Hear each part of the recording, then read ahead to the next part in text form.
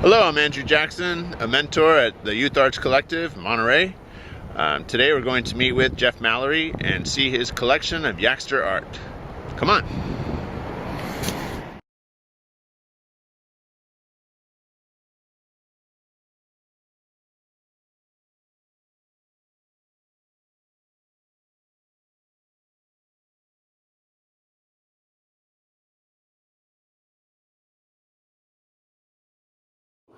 Greetings!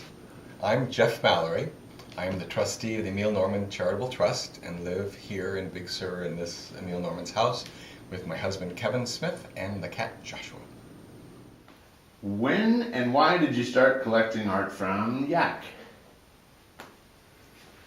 Because the shows that we went to were so intriguing to see both the artists and the art that they made at this young stage and early part of their career. And some of the art just speaks to you, no matter whose it is or what age they are. And it was just the more events we went to at YAC, the more interesting pieces we saw. And finally it was like, we have to get some of this. This is great art. So we slowly started getting a few pieces here and there. We've been involved with that maybe a couple years. I think maybe 2 or 3 years. But have accumulated a couple pieces now and look forward to going to shows periodically to see what else is new in the crop. Just like any other artist, keeping track of what they're putting out, what they're doing, where they're going with it, and it seems interesting to us. These 4 pieces we have here, can you tell us a little bit about maybe when or who? Sure. The first pieces we collected were these 2 middle pieces.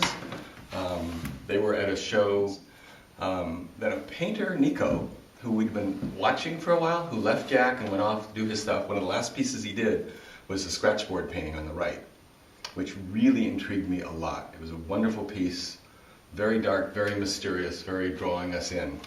And I actually selected that one. Kevin and I both selected these, but I saw that, I asked him about it, and he said, sure, that's really nice, I think we'll add that.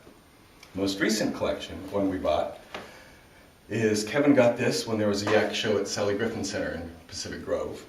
We've been watching Brandon's work for a while, a year or two, actually, and this was a really powerful piece that Kevin came back and looked at again and again and said, this is the one we're going to take. So this is our most recent acquisition, and we're very excited about it. Great.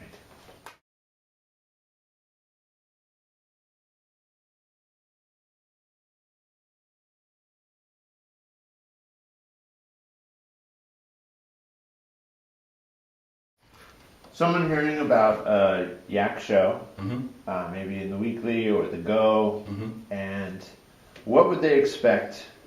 What could they expect when they attended a YAC show? Excitement, enthusiasm, and lots of art. There is never any lacking for output from the artists from YAC. All the shows I've been to, there's been lots of pieces to look at, a whole bunch of media to go through, different sculptures, the various two-dimensional works that everyone has done, the painting, the block printing that they've started doing recently with the block press they have. You'll find mostly the enthusiasm of these young artists. They haven't been disappointed yet in a lot of ways. They love this opportunity to work on their art.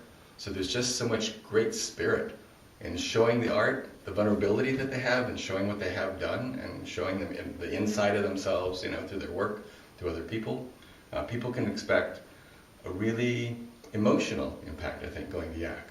There's so much artwork, and there's so much enthusiasm, and there's so many artists. It's not like this is a one-person show. You've got folks and their families and their friends coming in and around. It's a wonderful place to see a lot of great art. I see this, I'm reminded, I don't remember the kids' names, but I remember them, their faces, their attitudes, their things when I see these paintings. So it's kind of a nice way to connect with them too and say, wow, I appreciate having that artist in my life come through and like leave this little painting in our lives to remind us of their journeys, of our journeys, where we've been since then, where we're going. Bye camera, bye Andrew.